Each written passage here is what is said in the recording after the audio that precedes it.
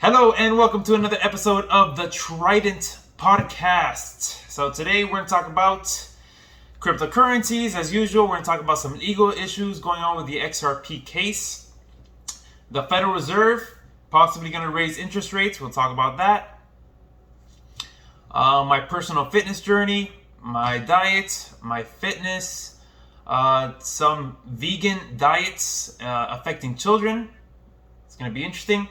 And then we'll top it off with some mental health, some personal things I want to talk about that pertain to mental health and some things that I've noticed.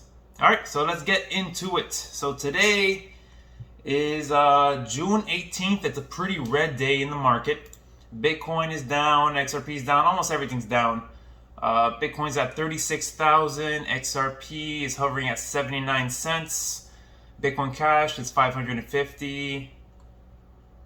Yeah, it's a down day. You know, it happens. If you've been in crypto as long as I have, you know, red days and green days come and go. I'm not affected by it. I know some people are very nervous. They're sweating bullets right now because they've never seen drops like this before. But it's normal. I'm not fazed by it. I know what I hold, so I'm not too worried. However, in other news, there are some developments in the SEC and Ripple court case. So this is a tweet from one of Ripple's lawyers.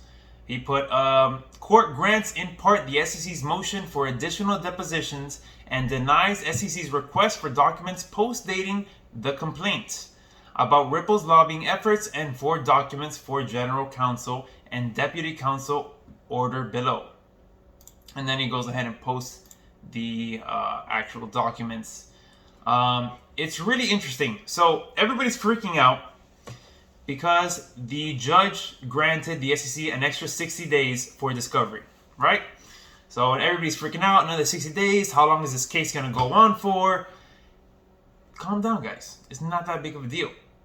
You know, I've been listening to a lot of lawyers that are analyzing this case, and they said 60 days extension for a case that's going this quickly is actually pretty fair. And there's nothing out of the ordinary here. And something that people overlook is they're focusing on the 60-day extension when, yes, the SEC won the 60-day extension, but they also lost like 3 other things. Here, attorney Jeremy Hogan, he posted SEC motions. These are what came out of the judge. 1, granted. Denied, denied, denied. So 1 of their motions were granted and 3 others were denied. And he said that he's getting a vibe that from the judge that she's digging the fair notice defense. That's another thing. So the fair notice defense, which is Ripple's best defense against the SEC tried to strike it down. And the judge, she denied that motion. Meaning that either she digs the fair notice defense and she wants, she obviously does because she wants to keep it, or she's kind of understanding what's going on here with the SEC, and she kind of just wants to give the SEC some more time to see if they can develop any more evidence or any more clarity to their position. But it's not looking good for the SEC. For those who don't understand the fair notice defense, it basically means that the SEC did not give Ripple fair notice, enough time to tell them they were doing something wrong.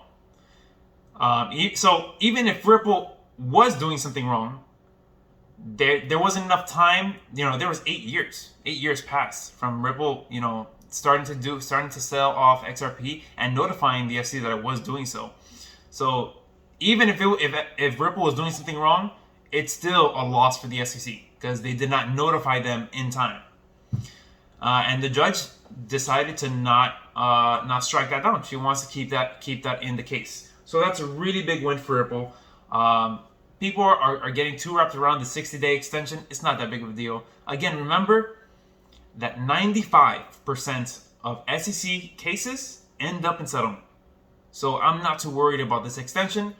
You know, maybe we'll see a settlement after discovery is over, which is in 2 months. We have 60 days now. So it did push that envelope a little farther.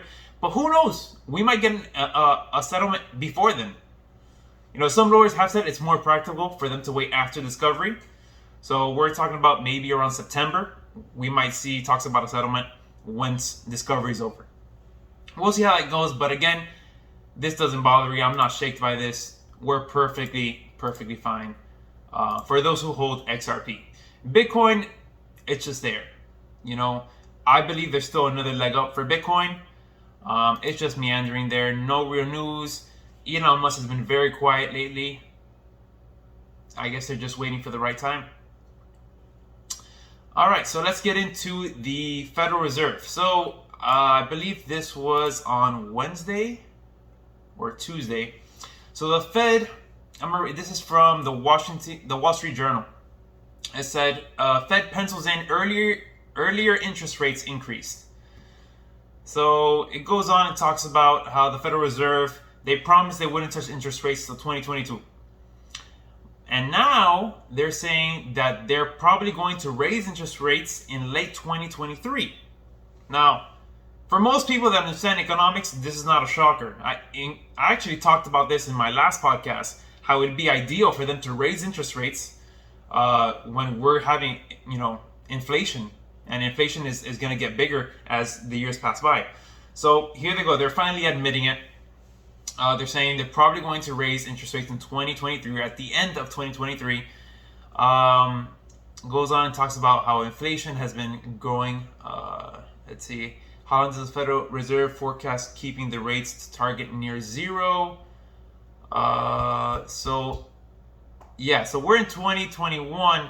2022, they're going to start raising slightly, but they're really going to ramp up through 2023.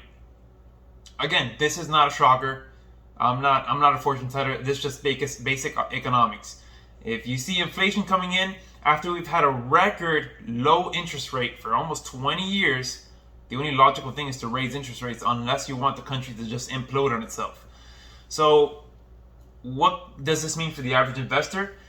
It means we're probably going to enter into, in my opinion, I'm not a financial advisor. I don't know, I didn't go to school for economics or anything like that. But in my opinion, this is going to set us into recession.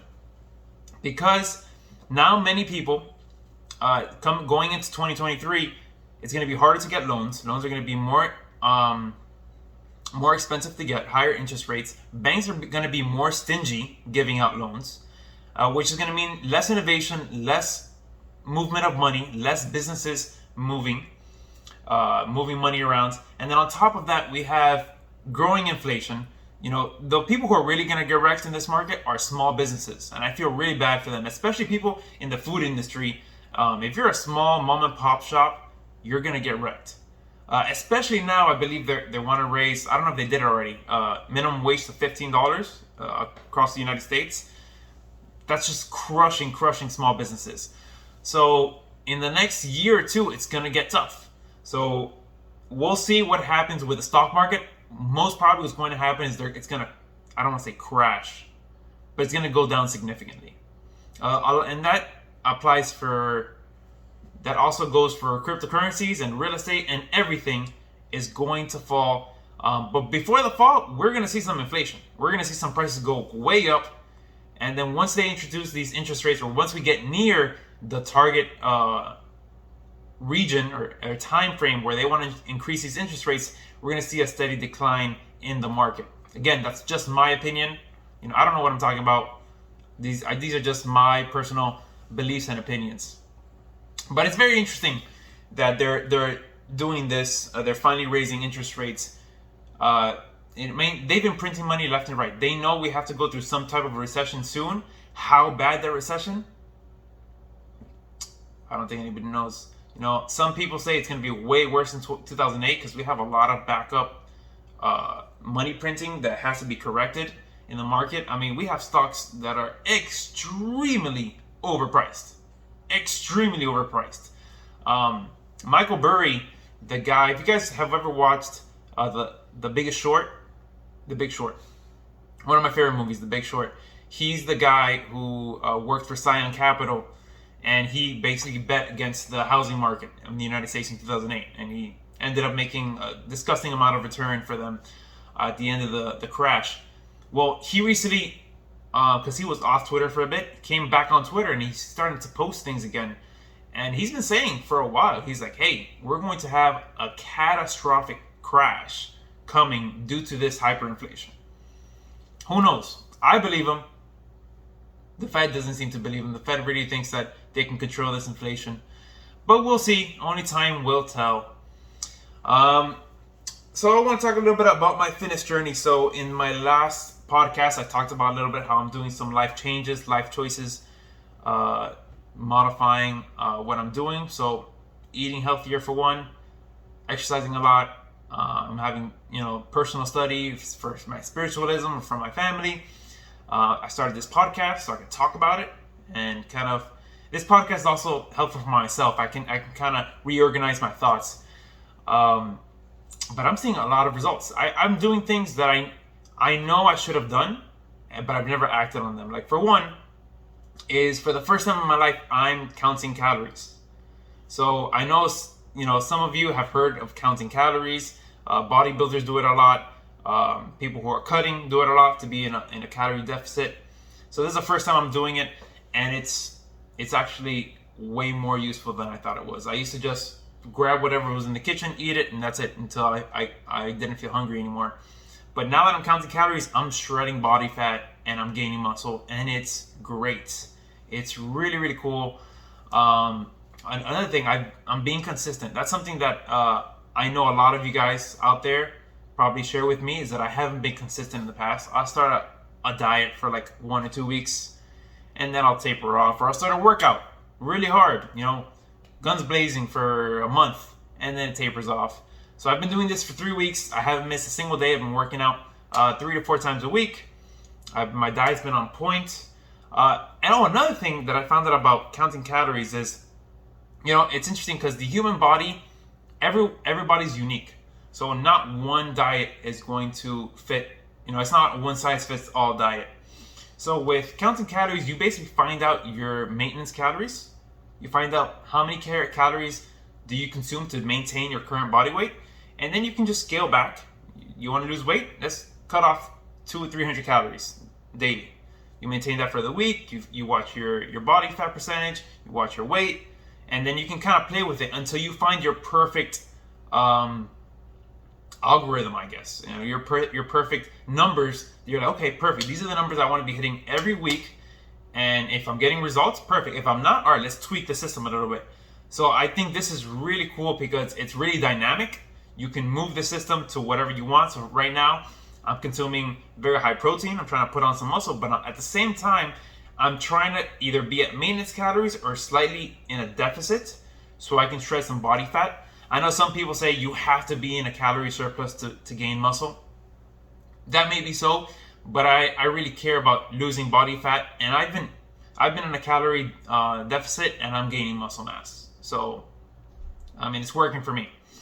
So yeah, this is really cool. I'm gonna keep giving you guys updates on how I'm doing, and it makes you sharp. Another thing I'm doing is calendars. I used to just go about my day doing whatever I thought I had to do, and at the end of the day, I would just, oh man, I forgot to do this, or I missed that. Or at the end of the week, I'll be like, man, I should have done these 2 other things at the end of during this week. But now that I have a strict calendar that I'm following, I'm getting things done all the time. And I'm finding that after I get everything done for the day, I have so much time left over that I felt like I didn't before. So it's very powerful. I suggest you guys do it. Get a calendar. Just do what you know you can do. Do what you know you should do. I think that we all know what we're supposed to do. It's just we make excuses not to do them. It's funny because I've been reading a lot, and I've been reading one of Dr. Jordan Peterson's books, which is 10 Rules to Life. And in that book, he has a chapter where he talks about how we take care of others more than we take care of ourselves. Let me explain. So he puts an example of a dog. Let's say you have a dog and he's sick. You take him to the vet. The vet tells you, hey, he has such and such disease. I need him to take these medications, these vitamins every single day, twice a day, and he needs to go for a walk, 20 minutes a day. Okay? Most people, and this is actually a study that was done, he quoted in the book, or he mentioned it in the book. Most people will almost religiously give their pets their medication and take their pets for a walk exactly as the doctor prescribed. Right? Everybody's on board there, right? However, the study found that those same people, if they were giving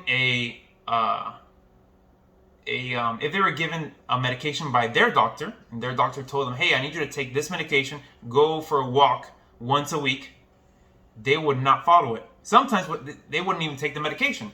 Why is that? So he talked about how people take care of others better than you take care of yourself. So he has a whole chapter dedicated to take care of yourself like you would someone you care about. And he gives the example of taking care of yourself like you would your child or a parent that you care about. So it's funny, I did this experiment with my wife today. I asked her, I'm like, hey, let's say your mom came up to you and she told you, hey, I wanna be healthy. You tell me what to do. I want to be healthy. I want to be fit. I want to do all these things. What would you tell her to do? And she gave me this long list of things. She's like, oh, she needs to fix her diet. She needs to get a calendar. She needs to do this, do that. She gave me this laundry list of things that she thinks would be ideal for her mother to do so she can be healthy and have a productive lifestyle. So I told her, I'm like, so what's the difference between what you're telling your mom to do and what you're doing? And it kind of like clicked in her head. It's like, oh man, you're right.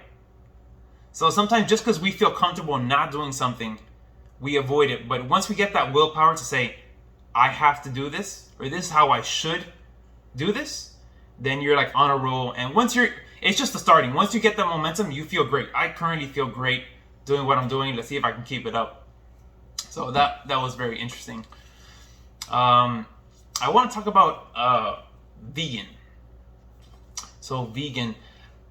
So I have a couple family members that have been trying the vegan diet recently. And to my surprise, I didn't know how popular veganism was. I thought it was just a subculture, but it's actually becoming very popular. I'm on YouTube. I've been looking at some working out videos and some dieting videos, and even amongst very popular Hollywood stars, veganism is the new trendy thing to do. So I found that very peculiar. So I was doing some research on it. I'm still doing some more research. I'm not saying that it's bad or that it's good. I'm just curious. I did find this article though that was very interesting. It's on Daily Mail. I also found it on a few other websites. But it talks about a study that they did in England. It says children on trendy vegan diets are 1.2 inches shorter on average, with smaller and weaker bones, study shows. So it basically follows a couple of children in England, and this, by a couple I mean it's a lot. Let me see if I can find the actual number. I can't find it now, but I think it was about 72,000 children that were on a vegan diet, and it showed that most of them ended up being shorter than their meat-eating counterparts. Let's see if I can find it. It says, research found that children aged 5 to 10 who ate plant-based diets are on average 3 centimeters shorter than those who eat meat. Their bones were also smaller and less strong, putting the children at risk of fractures and osteoporosis later in life. Let's see. It says, authors said that vegan children should be given vitamin B12 and vitamin D supplements to reduce potential long-term health consequences of being raised on plants only. All right, that's interesting. Here's my take on it. Studies they're picky because I've gone through a ton of studies and I end up finding that most of them are biased. By bias, I mean either the researchers were biased, the organization funding the research are biased, or sometimes, that study says it follows 72,000 children. Are you really... How can you make sure that those 72,000 children really were on 100% vegan diet? Or the other, how can you make sure that the other that were the meat eating study were 100% meat eating? People are very inconsistent with what they do, and people lie all the time. And I've noticed that in workout studies and in regular diet studies, it's very hard to come to a conclusion on what exactly it is because there's biases and there's inconsistencies everywhere, which is why I really like, just using myself as my personal experiment, a walking experiment. because nobody's gonna know your body better than yourself. But it is very interesting, this study. Whether it's true or not, I don't know. I tend to lean more towards definitely eating meat protein. I'm going to be doing more research on veganism and vegan diets. But for the time being, I'm 100% pro on meat. So with that said, I want to dive into a little bit of mental health. So it's come to my attention by family members and friends that I'm a very positive person. I kind of knew that, but I didn't know how positive of a person I was until just a few months ago, when I started comparing myself to friends and family members. And I thought everybody thought like this. I'm a glass half full type of guy. I'm always looking at the world, through beautiful, positive eyes. Even if something is terrible, okay, well, what can we get out of this? What lesson can I get out of this? So I kind of want to share some of the way my mind works, and maybe it'll help some of you guys out there when it comes to facing life's difficulties and staying positive all the time. Or not all the time, because that's not true. I'm not positive all the time. I just tend to look at the bright side of things, and that helps, reduce worries. So one thing that I do that I think is my fountain of positivity is that I am grateful. It sounds very, like cheesy, but I'm just generally grateful all the time. I like history a lot, so I know how many terrible things have happened throughout history and how bad people's lives were compared to my life today, how bad it was back in history. So when I'm ever feeling down, I'm just grateful for what I have. I have running water, I have food, I have a roof over my head, I have my health, I have my family's health. And just thinking about those things kind of minimizes my problems. And I'm like, well, you know what? My problems are not that big of a deal. I'm doing pretty good. I could have been a slave. I could have been, I could have been thrown in the pits of Rome to fight with lions. I could have been, in World War II fighting, or I could have been in the concentration camps. There's a whole mess of things where I think about that. I'm like, you know what? These problems are pretty silly. I shouldn't worry about these things. And something that goes hand in hand with being grateful is praying. You guys have to, many people when they pray, they just ask. They ask God for this, ask that. I ask, but I also, something that I do that, I habitually do at least once or twice a day is I pray. And when I pray, I am just thankful. I say, thank you for my water, thank you for my life, thank you for my health, thank you for this, thank you for that. I'm so grateful, I'm so happy. That exercise of praying and just being thankful, it opens up your mind and it relaxes. At least this is what happens with me. It relaxes you and you are in a calm state of mind. It works for me, and I really think if you guys just make that adjustment on a daily basis, maybe as soon as you wake up and you say a prayer and you're thankful. God, I'm thankful for what I have. I'm thankful for my health, my family, my water, my food, my job, for not having a struggle with this or with that. Just be thankful, and it's going to change your mindset completely. It's funny because there is a guy, if you want, you can read this book. It's a great book. I haven't read it completely yet. I've kind of just taken some quotes from it. I might buy the book. That might be my next book to read. And it's Meditations by Marcus Aurelius. So Marcus Aurelius was he was an emperor of Rome. He was one of considered the last 5 great emperors of Rome. And he was also a philosopher. And he was a very stoic person. He lived a very stoic life. So you have to understand, this guy was in charge of the Roman Empire. There was a lot of weight on his shoulders. So the way he dealt with it was making sure that nothing bothered him. Just being content with what he has. He was faced with a lot of big problems. He was surrounded by enemies. People were trying to kill him. There was people, his own friends were trying to backstab him. So he maintained a very minimal mindset. I'm going to read a quote from him. And it's funny because me, without even knowing, before I even know about Marcus Aurelius, I had already adopted some of this mentality without even, having any association with him. This is a quote from his book. It says, "You have." Oh, by the way, his book is actually, it's not really a written book. It's just a chart of his journalings. So he journaled through, I think it was about 19 years, all his journalings that he would have every day. He had a very strict ritual, and he would journal in his thoughts and his, his tweaks to life. So this is a quote. It says, "You have power over your minds, not outside events. Realize this and you will find strength." Super powerful. And it's true. When something happens outside, externally, out of your control, there's nothing you can do. There's no benefit to you getting upset over something that you have no control over. Okay, well, what do I have control over? I have control over my emotions, over how I react. So if something bad happens, it doesn't have to bother you.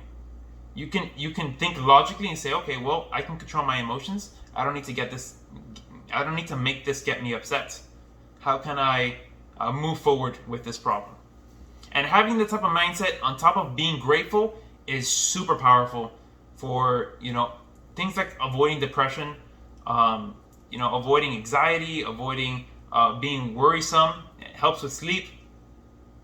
It's helped me. It's helped me greatly. And I know it's helped a lot of other people. And apparently it helped Marcus. This is another quote. It says, "When you arise in the morning, think of what precious privilege it is to be alive, to breathe, to think, to enjoy, and to love." This is exactly what I was talking about. When you wake up in the morning, just be grateful. Be grateful for what you have, for just being alive.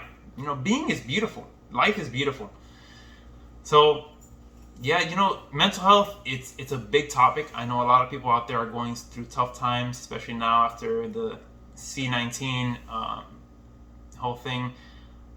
It helps a lot to have a positive mindset and to get your life in order. If you know you're doing something wrong, well, tell yourself, well, listen, I got to do this, and this is my road to doing things correctly.